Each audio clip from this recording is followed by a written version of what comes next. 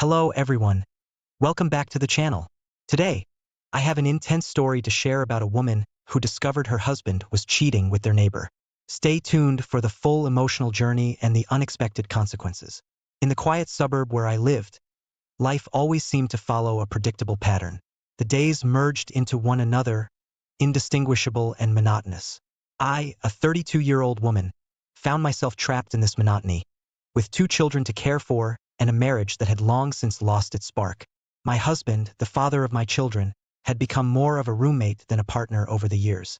Our conversations were limited to necessities, devoid of the warmth and affection that once defined us. I couldn't pinpoint the exact moment our love started to fade, but now, all that was left were the remnants of a relationship that once held so much promise. One day, as I stood watching my youngest daughter play with her friends, I realized how deeply unhappy I was. I yearned for something, anything, that could break the suffocating routine of my daily life. That's when my neighbor, a man in his late 40s, entered my life in a way I never expected. We had crossed paths several times before, exchanging polite smiles and casual greetings. His daughter was in the same class as mine, a coincidence that brought us into each other's orbit more frequently. But it wasn't until the school year began that I noticed his interest in me. He had a charm about him, a confidence that I found intriguing. Despite knowing he was older than he claimed, 49, not 45, as I had learned from a quick online search, I felt drawn to him. I never confronted him about his little lie. It seemed unnecessary. There was a thrill in this silent acknowledgement of his attempt to impress me. As the weeks passed, our casual encounters became more frequent. His warm greetings in the presence of his wife, the stolen glances when she wasn't looking, it all felt like a prelude to something forbidden yet exciting. One autumn afternoon, while our children played in the schoolyard, he struck up a conversation that felt different from our previous exchanges. His words were laced with compliments, subtle yet direct, making my heart race in a way it hadn't for years. He spoke of mundane things at first, but the conversation quickly turned personal. He mentioned how fortunate my husband must be, a statement that made me pause. It was then that I confessed something I had kept buried within me. I told him, in a voice barely above a whisper, that I no longer cared for my husband. The indifference in my tone surprised even me. I realized that I was not afraid of my husband finding out about any indiscretions. I was doing what I wanted for the first time in a long while, and his opinion mattered little to me now. My neighbor looked at me with an intensity that sent shivers down my spine.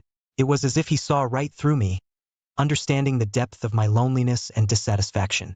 That moment marked the beginning of our secret affair, an affair that promised to shatter the monotony of my life, but also threatened to upend everything I knew. In the following days, our interactions became more frequent and intimate. We shared knowing looks, whispered conversations, and laughter that seemed to fill a void in my heart.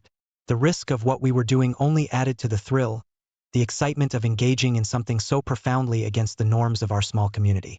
But amidst this newfound excitement, a nagging thought lingered in the back of my mind. I was embarking on a path that could lead to heartbreak and scandal, yet I couldn't find it in myself to care. I was too caught up in the moment, too desperate to feel alive again.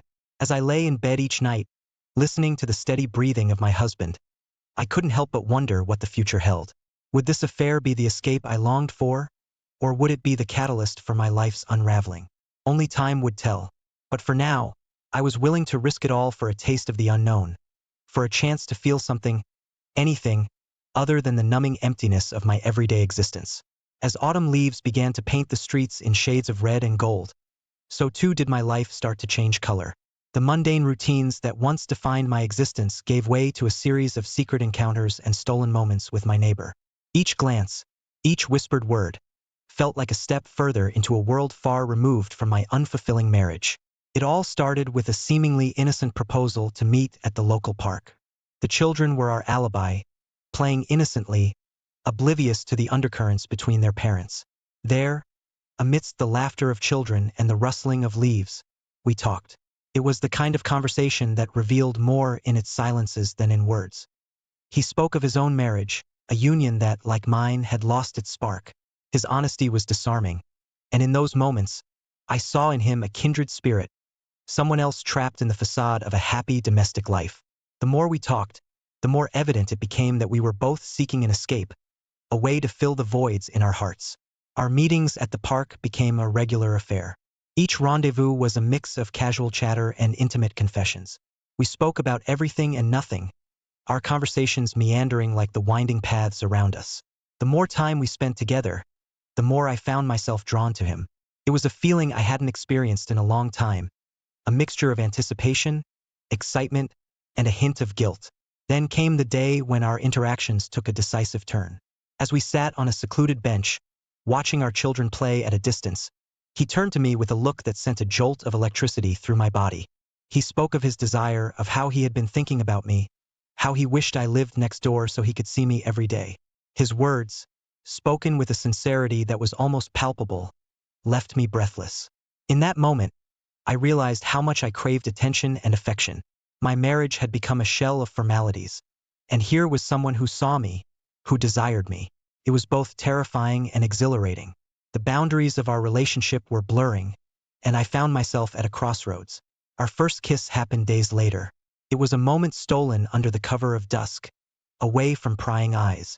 His lips on mine were a shock to my system, awakening a part of me I thought had long since withered away. The kiss was brief but intense, leaving us both gasping for air and more aware than ever of the dangerous game we were playing. Our affair escalated quickly from there. We communicated through WhatsApp, sending messages late into the night while our spouses slept. Each message, each word, was a step further into uncharted territory. Our conversations were a mix of longing, desire, and the realities of our complicated lives. One night, when the opportunity presented itself, he came to see me. My husband was out, and his wife was busy with neighbors. The stars were our only witnesses as we embraced behind my house. It was a moment of passion and desperation, a physical manifestation of our emotional turmoil. The affair was like a fire, consuming and uncontrollable. We were both aware of the risks, yet we were unable to pull away. The more we indulged in our secret, the more intense our feelings grew. But with each stolen moment, the fear of discovery loomed larger. Our late-night conversations became our lifeline, a way to keep the connection alive even when we couldn't be together. We talked about everything, our dreams, our fears, and the uncertain future we were hurtling towards. It was a strange mix of reality and fantasy, a relationship built on fragile foundations. As the days turned into weeks, I found myself caught in a whirlwind of emotions. I was living a double life, a devoted mother and wife by day, a passionate lover by night. The duality of my existence was both thrilling and exhausting. I was torn between the stability of my marriage and the intoxicating allure of the affair. I knew that what we were doing was wrong, that we were risking everything for these stolen moments. But in his arms, none of that seemed to matter. I was addicted to the way he made me feel alive, desired, and free. As I lay in bed each night, my mind would wander to him, to our next meeting, to the possibilities that lay ahead. The affair had become my escape from reality, a secret world where I could be someone else, someone unburdened by the expectations and disappointments of my everyday life. But as the days passed, the reality of our situation became harder to ignore. We were playing with fire, and the consequences of our actions were becoming increasingly difficult to overlook. The fear of getting caught, the guilt of betrayal, and the uncertainty of the future began to weigh heavily on my mind. Our secret liaisons were no longer just about passion. They were about finding solace in each other from the dissatisfaction of our respective lives. We were both seeking something that we couldn't find in our marriages. Yet, the more entangled we became, the more I realized the complexity of our situation. I began to notice the subtle changes in his demeanor. The initial excitement and recklessness were slowly being replaced by a sense of caution. He spoke less freely, often glancing over his shoulder as if afraid of being seen. The reality of our affair and its potential impact on our families was dawning on us. One morning, as I watched him interact with his daughter, a pang of guilt struck me. We were not just two individuals seeking happiness. We were parents, spouses, members of a community. The potential fallout of our actions extended far beyond the confines of our secret world.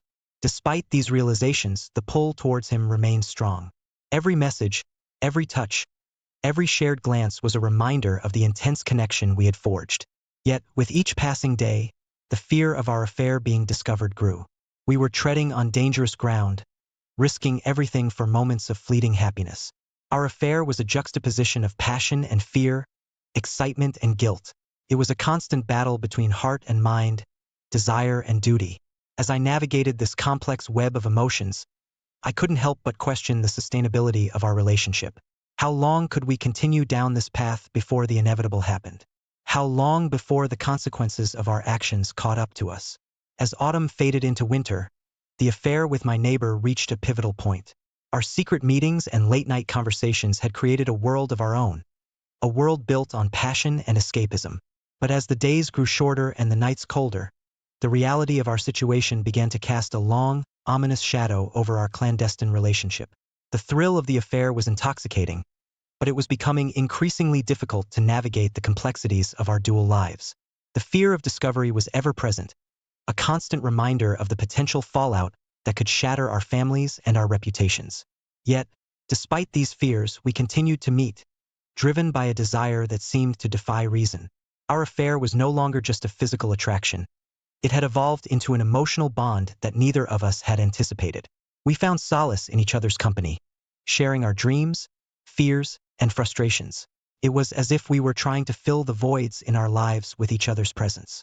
However, with each stolen moment, the burden of guilt grew heavier. I was acutely aware of the deceit we were perpetrating. My husband, oblivious to the betrayal, continued his routine, while I lived a lie. The contrast between my two worlds was stark, and it weighed heavily on my conscience. The emotional turmoil was further compounded by the increasing risks we were taking. We had to be more careful, more discreet, as the likelihood of being caught loomed larger with each passing day. The stress of maintaining the facade in front of our families and friends was taking its toll. Our communication became more guarded, and our meetings more sporadic. The carefree nature of our early encounters had given way to a more somber reality. We both knew that we were walking a tightrope, and one misstep could lead to disaster. One evening, as I lay in bed next to my sleeping husband, I couldn't shake the feeling of impending doom. The affair had brought excitement and passion into my life, but it had also brought fear and anxiety. The contradiction of my feelings was overwhelming. I longed for the moments with my neighbor, yet dreaded the potential consequences. The turning point came one chilly evening when he came to see me while our respective spouses were occupied. As we embraced under the cover of darkness, I felt a sense of foreboding. This wasn't just a passionate encounter. It was a moment of recklessness that could unravel everything we had been trying to keep hidden. As he held me, I could sense a change in his demeanor. There was a tension in his embrace, a hesitation in his touch.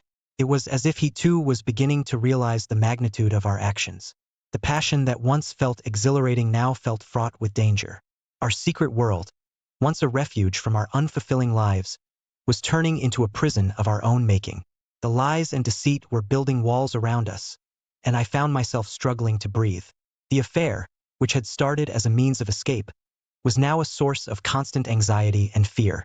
In the days that followed, our communication became more strained. The playful banter and deep conversations were replaced by brief, cautious exchanges. We were both aware of the risks, and the fear of getting caught was affecting our interactions. As I reflected on the affair, I began to question the choices I had made. The initial excitement had blinded me to the potential consequences, but now I was faced with the reality of my actions. The guilt, the fear, and the uncertainty were consuming me. I realized that we had reached a crossroads. We could no longer continue down this path without facing the inevitable consequences. The affair had changed us both, but it was time to face the reality of our situation. The cold, hard truth was that our relationship was built on a foundation of lies and secrecy.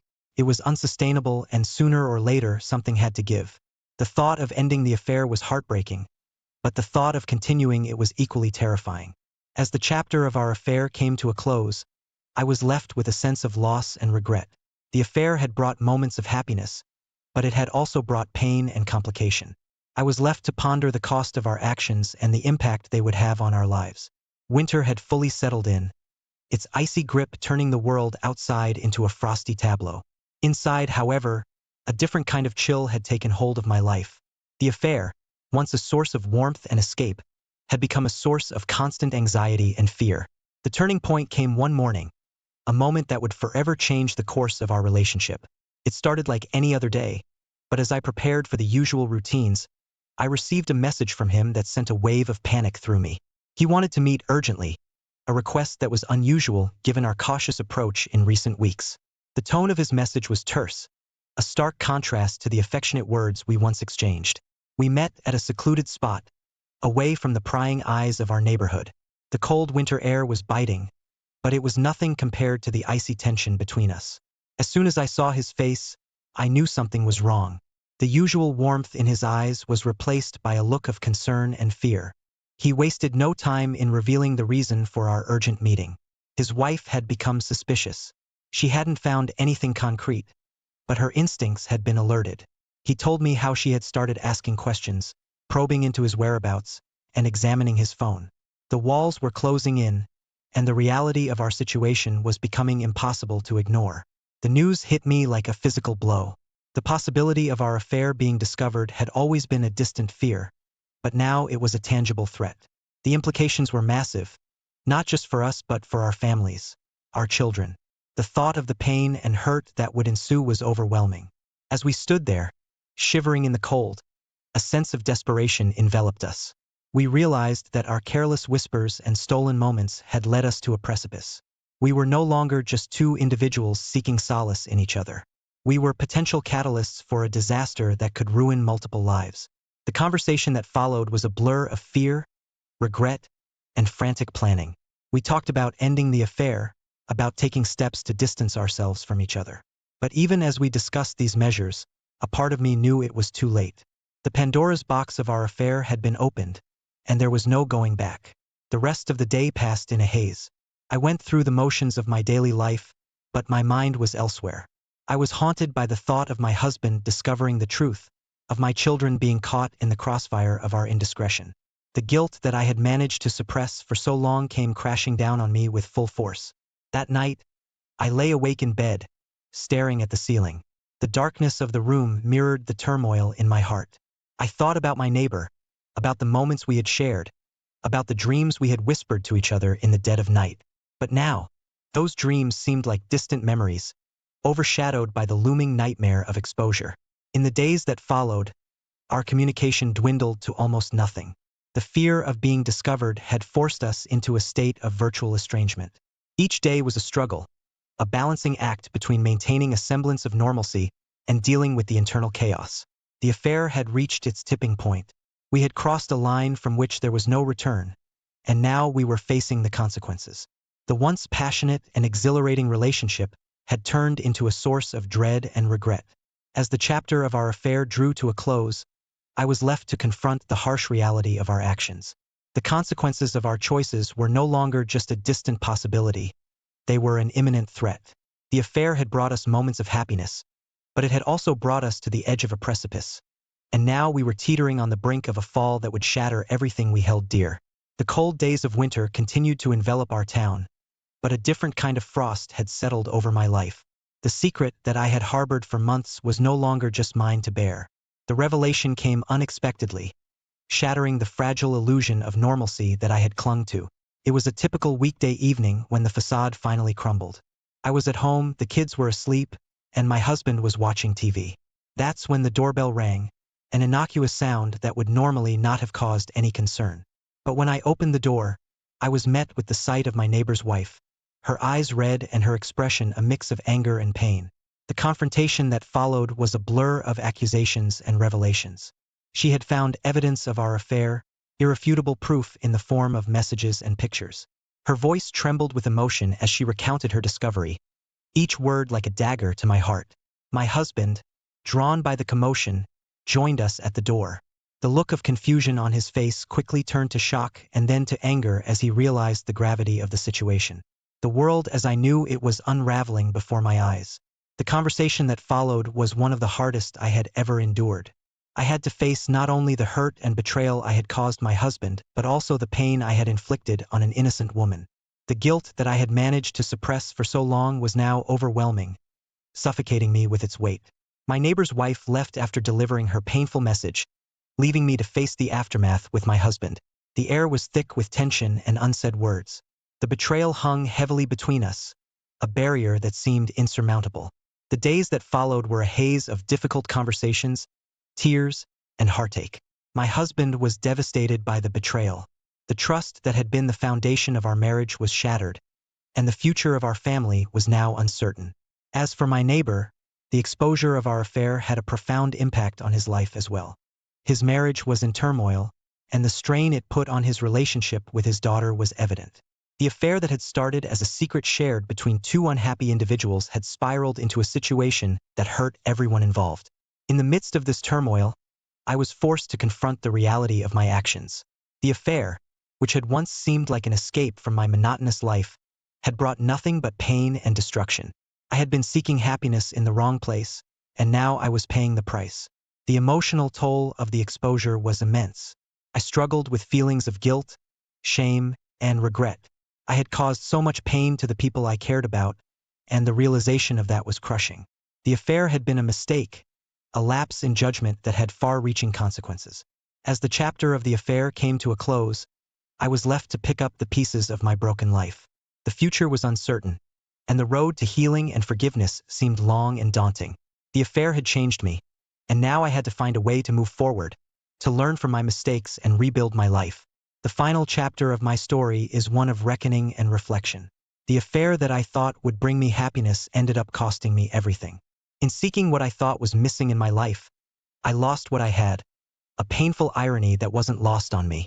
Karma, it seemed, had a way of balancing the scales. In the aftermath of the exposure, my life as I knew it fell apart. My husband, unable to forgive the betrayal, decided to end our marriage.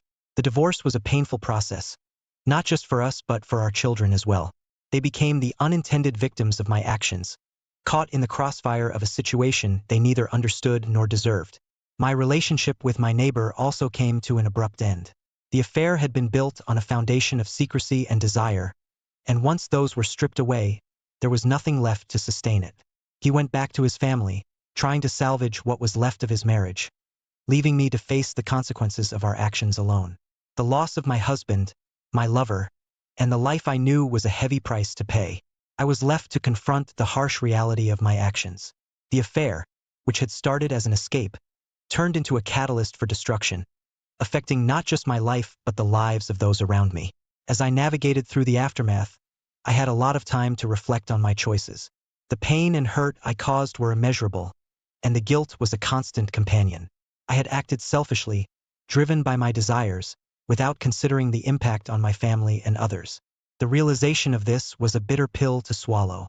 The concept of karma became a recurring theme in my thoughts. I had betrayed my husband, declaring that I didn't care about him, only to end up losing everything that mattered. The universe had a way of delivering justice, and in my case, it was swift and unforgiving. If you found this story gripping, please like the video, share your thoughts in the comments, and don't forget to subscribe for more powerful stories. Hello everyone. Welcome back to the channel.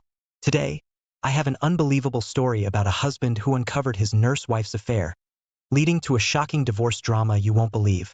Hospital, they told me she left a few hours ago. I thought, wait, why would she tell me she had to go to work? But they said she left a few hours ago. That didn't make sense. I decided to drive by her work to see if her car was there, and it wasn't. So I continued to drive around the area of the hospital, but still didn't see her car.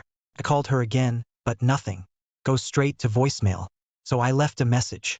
I'm trying not to panic, but I have this sick feeling in my stomach. I just know something isn't right. My wife has never kept anything from me. Never. Even when we dated in college, when she was going for her Bachelor's of Science degree, this is why I am a little concerned because I know if something is bothering her, she would tell me. I'm not sure what to do, but I know I need to find out what is going on. So I continue to drive around looking for a car, but I still couldn't find her car. So I go home and just wait for her to call me.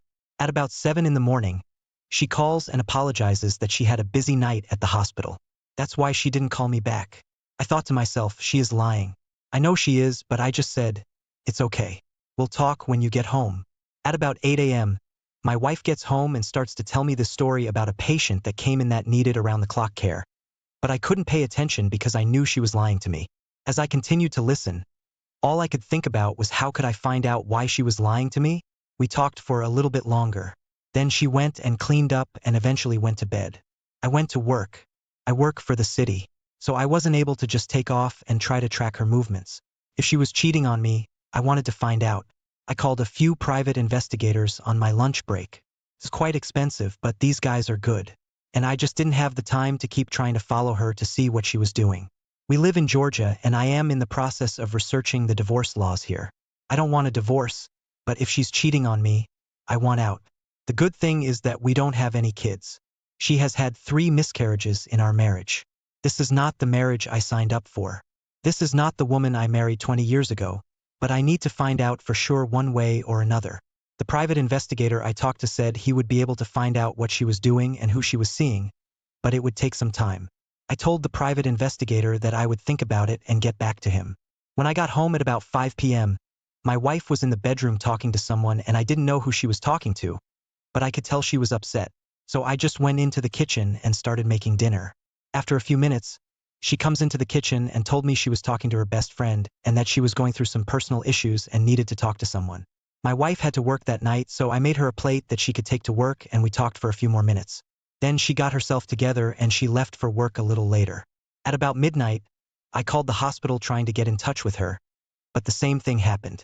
They said she left about 30 minutes ago to get something to eat. I thought to myself, wait, I made her something to eat. It was at that moment that I decided I was going to hire the private investigator. I didn't call her cell phone after I called the hospital. The next morning on the way to work, I called the private investigator and gave him my credit card over the phone. Then I planned to go in and see him and give him pictures and some other information. After work, I gave the private investigator all the information and signed some paperwork. I indicated to him that I wanted him to start right away. For the first couple of nights of surveillance, the private investigator said my wife's car didn't move, which was a little surprising, but I knew it was just a matter of time. The private investigator said he would call me if anything happened. A few nights later, I got a call from the private investigator and he said he had some video footage of my wife going into someone's house. The private investigator said my wife seems suspicious. He said when she walked out to her car, she would look around before getting in to see if anyone was around. She would then get in her car and, to his surprise, looked like she changed clothes in her car into something more of a workout attire. He said she drove 10 minutes away from the hospital to a house late at night. It looked like she had a key to it because she would drive up and go right in. The private investigator said she would stay between 45 minutes to an hour and then leave, but no one ever came to the door with her when she left. He said she would drive back to the hospital, change back into her work clothes and go back into the hospital, which turned out to be her lunch break. But I told him I needed more, something showing me that she was touching another man inappropriately. As horrible as it sounded, I told him I needed it to be concrete. So the private investigator said he would keep trying to get more video footage. A few nights later, he called me back and said he had more video footage of my wife, but this time she met a guy at an all-night diner. He said she walked into the diner. There was a guy sitting at a table. My wife walked up, kissed him and sat down. The private investigator said she must have taken an extended lunch break because she has only gone almost an hour before heading back to work. But this time she didn't do that. After they ate, the private investigator said they both got into separate vehicles and went back to his place. They got out of their cars, walked up to the front door and started making out before they walked in. After that surveillance footage, I told the private investigator to compile it for me and to let me know when he is done. Over the next few days, I started getting my affairs in order. I wanted to make sure that everything was taken care of so I wouldn't have to worry about anything. I met with my attorney and told him what was going on, and he started helping me file for divorce and advised me on what I should do next. A few days later, the private investigator called me and said he had the video footage put together. So I went over to his office and he showed me the footage. While all this is going on, I haven't told my wife anything or acted any different. And yes, you guessed it. We do have a dead bedroom and I wonder why. My lawyer asked me that I want to go for spousal support. I said, spousal support? He said, you know your wife as a nurse practitioner makes almost $100,000 a year in some cases. I told him, yeah, she does make pretty good money. She is almost at $100,000. And I told him I make about $55,000 a year. My attorney says that's a decent disparity in income. You could go for spousal support. I said, what the hell? Let's go for it. I don't think I would have a chance, but might as well try. So we put it in the divorce papers. A few weeks later, my wife has served with divorce papers and she is shocked. She didn't see it coming. She calls me and asked me what is going on. I told her, I think you know what's going on. She asked me if I had someone following her. I said yes, and I did. Once she found out I was onto her, she apologized and wanted us to try marriage counseling. I declined everything she offered. I told her it was all BS. I have since moved out, got my own apartment. She owns the house. Her father gave it to her before we were married. I didn't want it, but I was going after spousal support. At the divorce hearing, after the evidence of my wife cheating on me was presented, my wife's attorney tried to get the spousal support claim thrown out, but it was denied by the judge.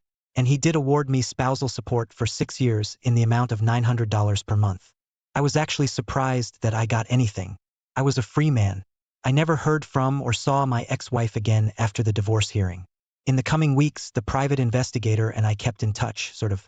It turns out that the guy that my ex-wife was having an affair with was a police officer who was also married.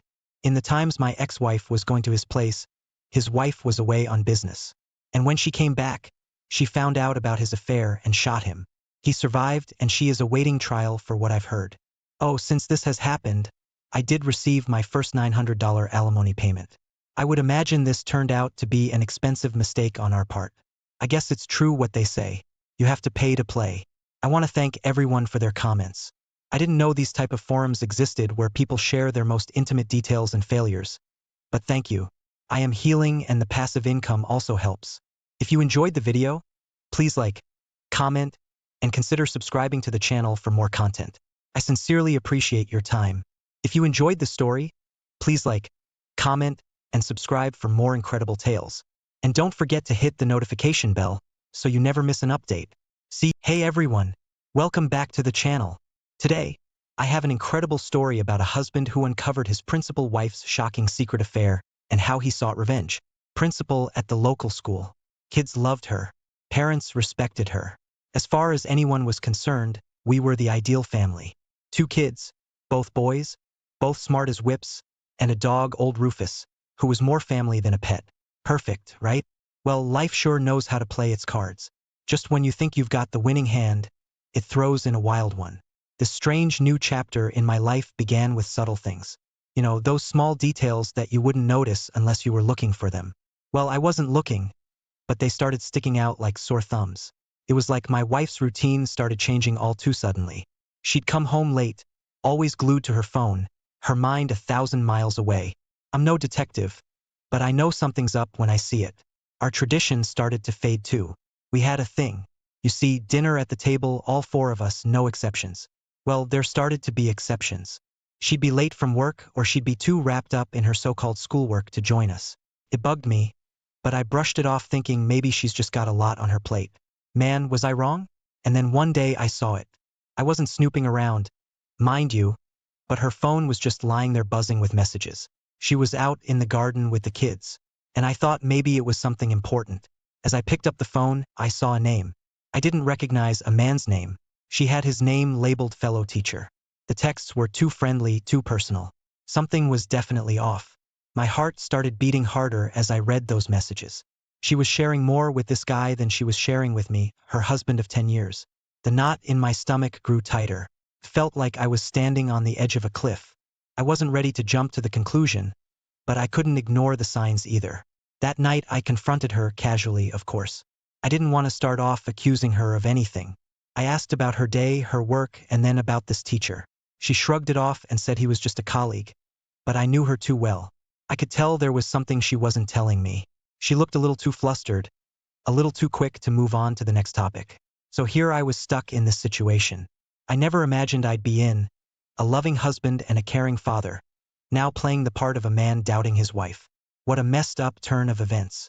But I decided I wasn't going to bury my head in the sand. I wasn't going to play the fool. If something was going on, I was going to find out. I needed to confirm if my suspicions were right, or if I was just imagining things. But how was I supposed to do that? Follow her around town? Hire a private detective? No, that wasn't me. I decided I'd keep my eyes open and look for more signs. Until then, life had to go on. But I tell you, it's no fun playing the waiting game. The following days were rough. We were living under the same roof, sharing the same bed, but I felt miles apart from her. My mind was filled with doubts and fears. I missed my wife, the woman I married, the mother of my children, and I was terrified I was losing her to another man. I had to find out the truth and fast. So, I decided to be proactive and take matters into my own hands. No more sitting idle and letting my imagination run wild. I had a plan, a simple one, really randomly dropping by at her school during the day, maybe catch her off guard. After all, the truth has a funny way of showing itself when least expected. Now, this wasn't easy. I'm a mechanic, remember? Running a small garage means you're pretty much tied down to your shop. But I managed. I shuffled my schedule around and handed off some work to my assistant. A bit of a sacrifice. It was my marriage we're talking about here. Well, the first and only time it felt odd. A mechanic at a school? Well, my plan didn't really work, as this particular school had security guards and they wanted to know where you were going. I couldn't move around freely. I knew where her office was, but I highly doubt that this teacher would be around her in her office with all those eyes around. But the real punch came a few weeks later. I had wrapped up early that day and decided to grab a coffee at our local cafe. As I walked in, I saw them seated at a corner table after school hours, far from the school grounds.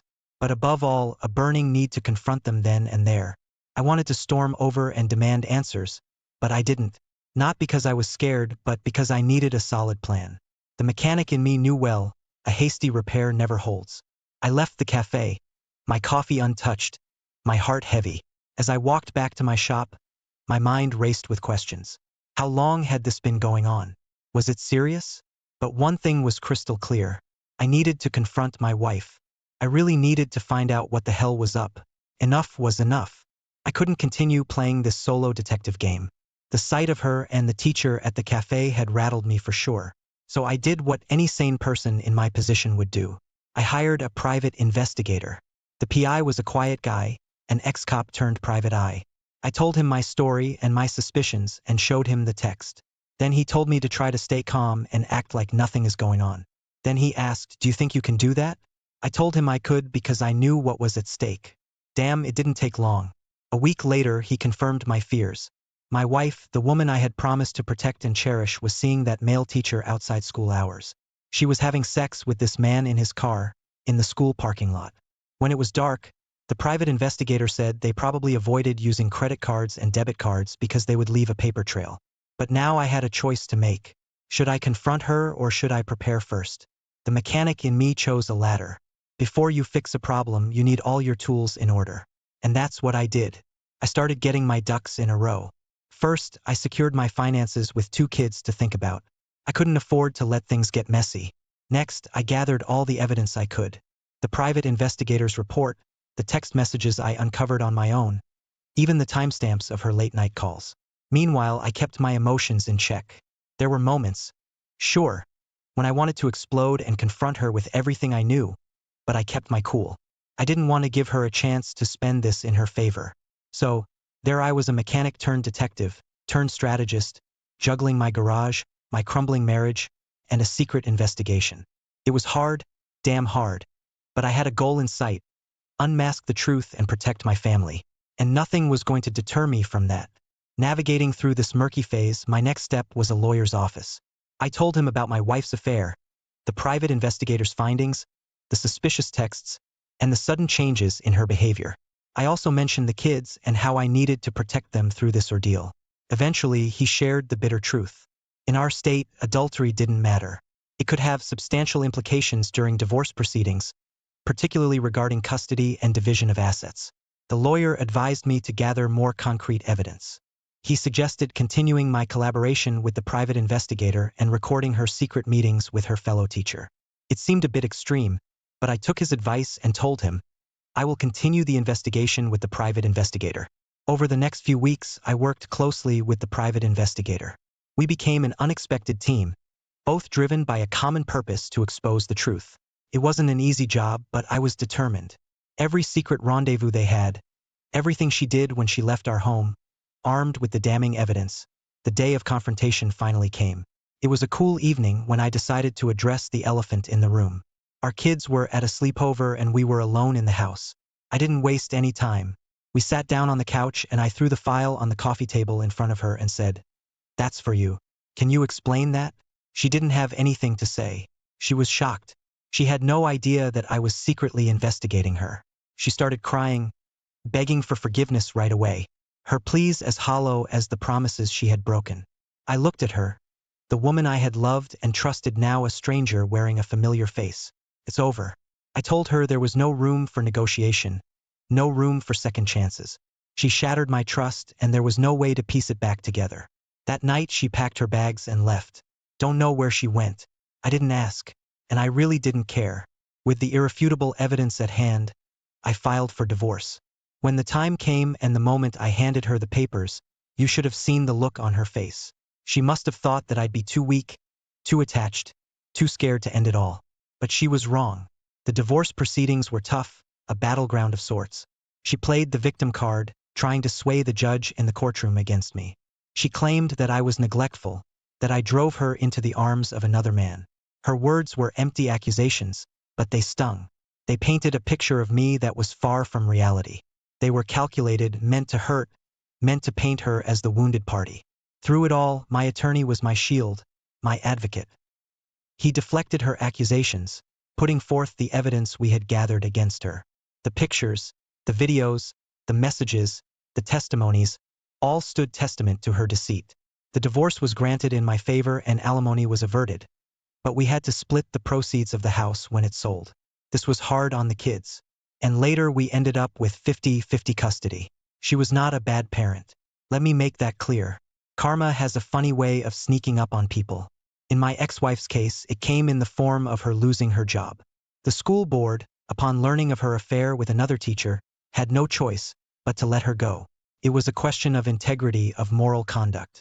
And unfortunately for her, she fell short. The teacher she had been seeing was not spared either. His own marriage crumbled under the weight of his betrayal. Unlike me, his wife wasn't as lenient. She showed no mercy and he was out of the house before he could even utter an apology. My ex-wife found herself on the rough side of the road, unemployed and disgraced. The job market wasn't kind to her. Nobody wanted to hire a former principal who had been fired for having an affair with a fellow teacher. The repercussions of her actions were far-reaching and she paid the price. While she battled with her new reality, I was growing. My garage business was booming.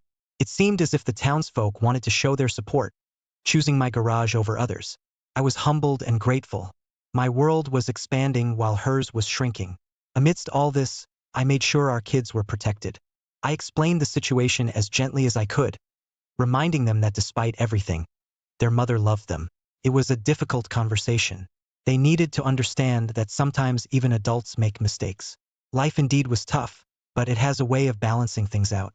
I never thought I'd find myself in such a situation, but here I was living it.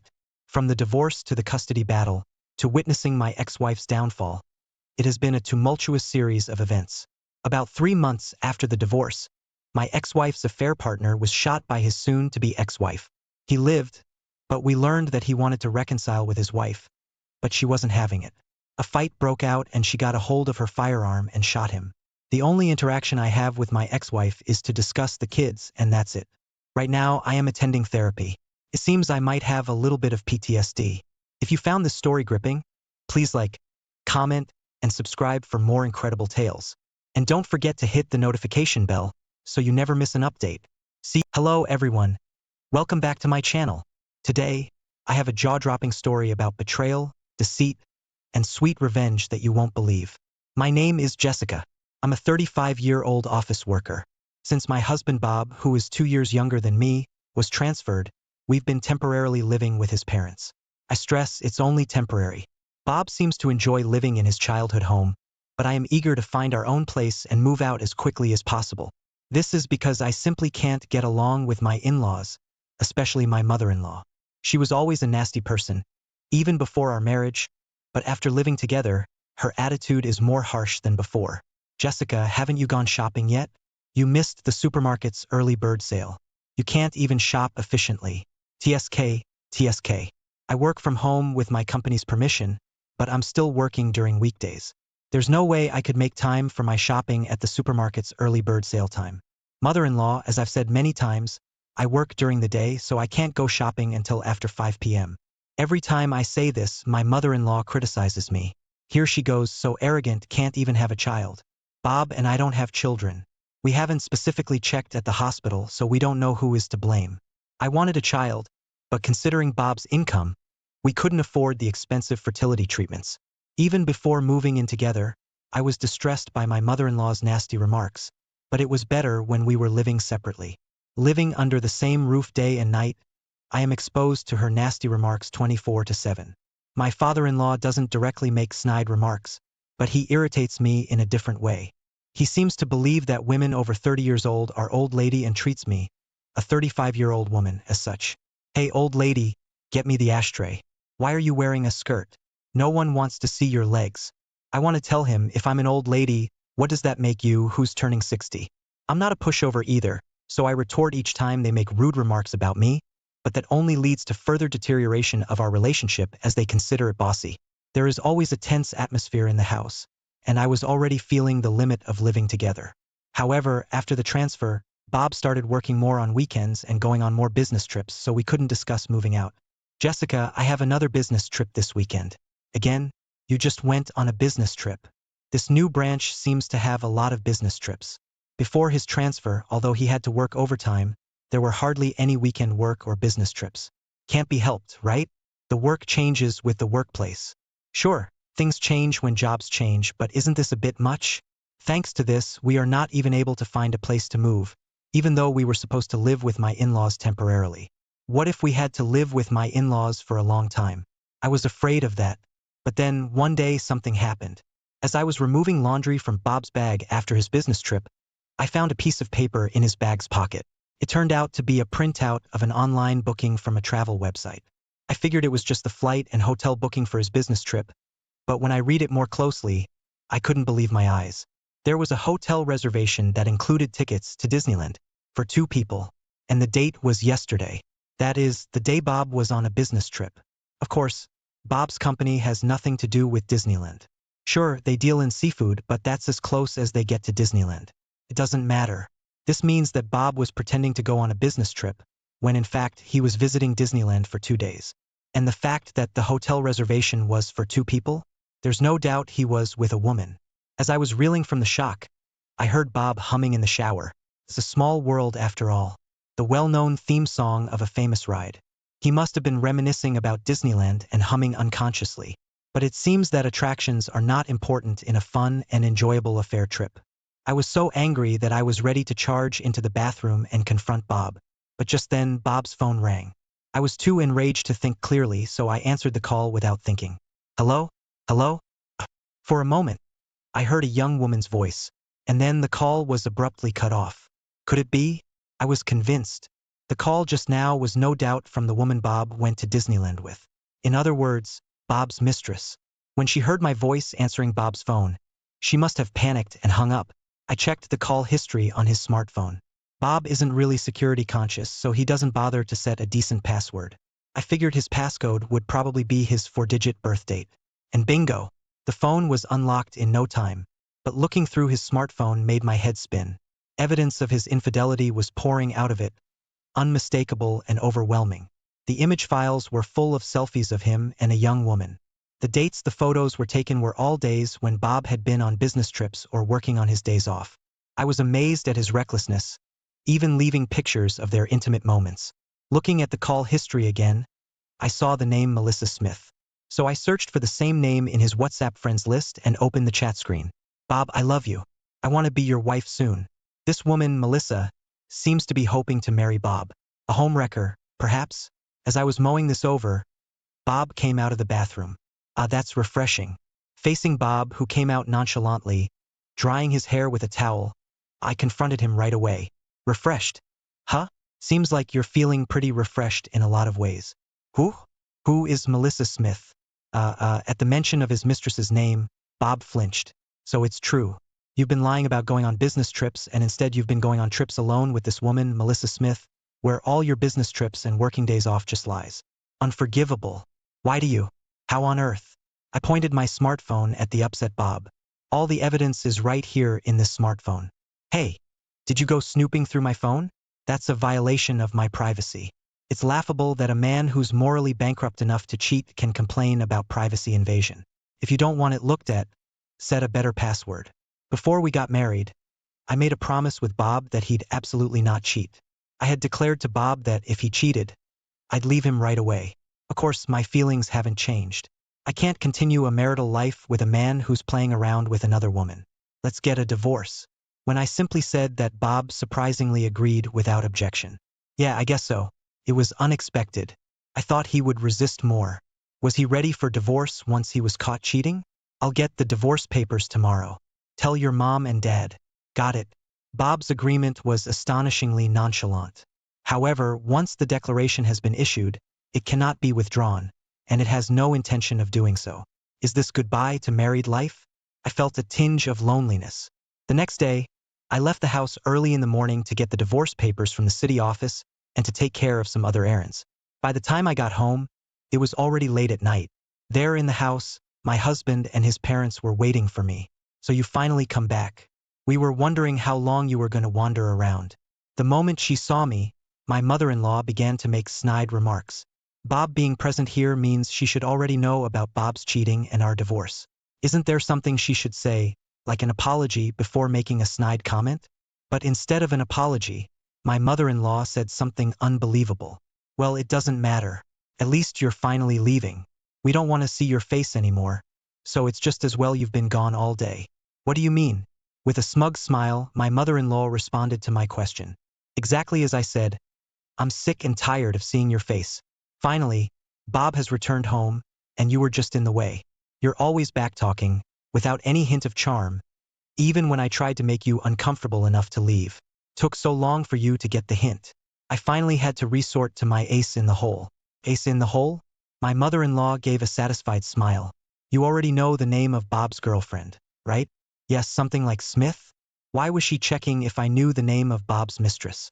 You see, I have a friend from my book club, Mrs. Smith. Her daughter is such a well-mannered, charming young lady. She's 10 years younger than you, only 25. At that age, she can have kids easily. Then my mother-in-law dropped a bomb. So, I introduced Mrs. Smith's daughter to Bob. Excuse me? I was shocked. I never expected my mother-in-law to say something like this to me. Are you saying, mother-in-law, you arranged Bob's affair? Oh, arranged sounds so scandalous. I simply introduced them. I was completely taken aback by my mother-in-law, proudly talking about her own wrongdoings. I can't believe that a mother would induce her own son to cheat on her. And she is so proud to tell her son's wife about it. What a horrible mother. Well, I had no other choice. Bob is our only child. We need an heir. I would have even accepted you as my daughter-in-law if you'd had children. But all you did was work, never having any children. Next to my mother-in-law, my father-in-law also nodded in agreement. So he was aware of his wife's actions. Do you understand? A 35-year-old woman who can't even have kids is no longer needed. If you understand, then hurry up and leave. With a triumphant look, my mother-in-law pointed at me. After a moment of silence, I said, I see. I understand your views very clearly. I'll leave as you wish. I'll take all my belongings with me. Oh, please do. I doubt you have much to take with you anyway. Do you need help moving? My mother-in-law laughed and said, even though she didn't know anything.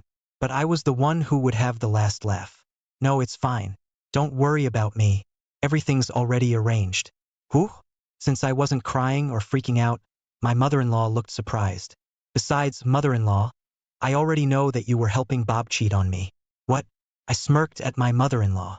What do you think I've been doing all day? If I just went to the city hall to get divorce papers, it wouldn't have taken this long. I spent all day arranging for a move and meeting with Melissa Smith. Oh my God, you met with Melissa? Bob asked me in a panic. So what? Did you think I would let you cheat behind my back and not say a word to the other woman? I made sure to note down her phone number when I checked your phone yesterday. I said calmly. Poor Melissa, though. She was really surprised when I called her and said, I'm Bob's wife. I'd like to meet with you. Apparently, you've been lying to her, saying that you're single. I told her the whole truth. Bob, my mother-in-law, and my father-in-law were all shocked. They never would have thought I'd pull something like this off in just one day. Melissa found out that she was the other woman in your affair, and she was really upset. Of course, Mrs. Smith was furious too. At Bob and at you, mother-in-law. She was talking about suing you both for marriage fraud. I couldn't help but sympathize with her, so I promised I'd help as much as I could. Bob was visibly shaken. Of course, my mother-in-law was in the same state. Given the many ways in which Melissa deserves sympathy, I've decided not to claim any compensation from her. Instead, I'll increase the amount I claim from you, Bob, and you, mother-in-law and father-in-law. Compensation? Why the hell do we have to pay damages? My father-in-law boarded out in panic. There's one thing if it's just Bob, but we have nothing to do with this. He seemed to have expected his son to pay some compensation for his affair, but they never dreamt that they themselves would pay. Are you going to take the best part without getting hurt? There's no such thing. Of course you do. The emotional distress caused by your harassment is more than enough reason, don't you think? As I said this with a smile, my father-in-law fell silent. And have you forgotten what I do for a living? I work at a law firm. Why don't I consult with my boss, the attorney, and see just how much we can squeeze out of you in compensation? I had already informed my attorney at the firm about the situation. Wah wah wah. Then the sound of a car pulling up in the driveway was heard. Oh, they're here. Hey there. This is a moving service. I headed to the door with a warm smile on my face. Thanks for having you come at late time. Sorry for the sudden request. No problem. We had a spot open for the night shift. It actually worked out for me as well. I managed to get some other things done, so please get started right away. Oh, and be careful. There are some fragile items. As I invited them in, several movers began to shuffle into the house and start gathering the belongings. Wait, hold on. Following my instructions, they began to pack up my things with a swift and efficient rhythm. Not just my clothes, books, and computer, but even the appliances in the living room and kitchen. Hey, you guys, don't take that. That's ours. No. I brought everything here when we moved in. They're all mine. When Bob and I first moved here because of his job transfer, all the appliances in the in-laws' house were old ones that they'd been using for ages. I couldn't bear it and had our appliances shipped over from our previous apartment. Now it seemed that my mother-in-law had gotten used to the latest appliances and mistaken them for her own. A robotic vacuum and cordless cleaner. A high-end oven range capable of various cooking methods. An induction cooktop. A negative ion hairdryer. And an espresso machine. You're taking everything? You greedy woman. Mother-in-law lunged at me, but Bob stopped her. Mom, it can't be helped. But it's all Jessica's. It seemed that Bob had accepted the situation. However, it seemed that my mother-in-law wasn't ready to give up just yet. Once you know the superiority of the latest appliances, you can't go back, right? If you're dissatisfied, why don't you buy new ones? Though, after paying the compensation, it seems unlikely that you'll have enough money to buy new high-end appliances.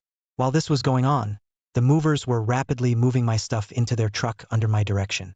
They bowed to me and hopped into the truck. Okay, I'll be heading to the new address as well. Please make sure everything gets there. As I watched the moving truck drive off, I got into my car. Of course, this car is also mine. Where is that truck going? Bob asked. Who? Of course, I'm taking it to my apartment. The one I lived in before you were transferred. My apartment. The apartment I bought when I was single was listed for sale with a realtor due to Bob's job transfer. However, because the asking price was too high, it never sold and I still own it. The realtor suggested lowering the price several times. I'm glad I didn't. I never imagined this would happen. As I fastened my seatbelt, I laughed softly. But maybe, just maybe, I predicted this would happen deep down. What? Bob made a face as if he didn't understand. Because I set a selling price higher than the market rate to make sure it wouldn't sell. This way, I could always move back to my apartment. Upon hearing my words, Bob seemed to crumble from the knees. You such a bitch. Feeling sure of my victory and letting my guard down, I was suddenly shoved by my mother-in-law, who rushed at me yelling. As I groaned in pain, my mother-in-law attempted to throw a cutting board at me for a follow-up attack, but was suddenly tackled by a black object and fell down yelling, thank you, Blackie. Holding the black object, a stray cat named Blackie, I got in the moving truck and hurried to my new place to escape from my mother-in-law. I don't know why Blackie, the stray cat, was there at that moment, but I'm sure he came to help me because he has a strong sense of justice. I'll give him some catnip as a gift later. After that, Bob and I divorced. The law firm I work at filed a lawsuit for compensation against Bob and his parents. It's a real blessing that the young lawyers in training at the office accepted my case for almost no fee at all. Even though a young new lawyer is in charge, I feel secure because they have the support of a senior lawyer. As for the lawsuit against Melissa Smith, the senior lawyer himself took on the case, not the trainees. He said he will file both criminal and civil lawsuits because of the high degree involved.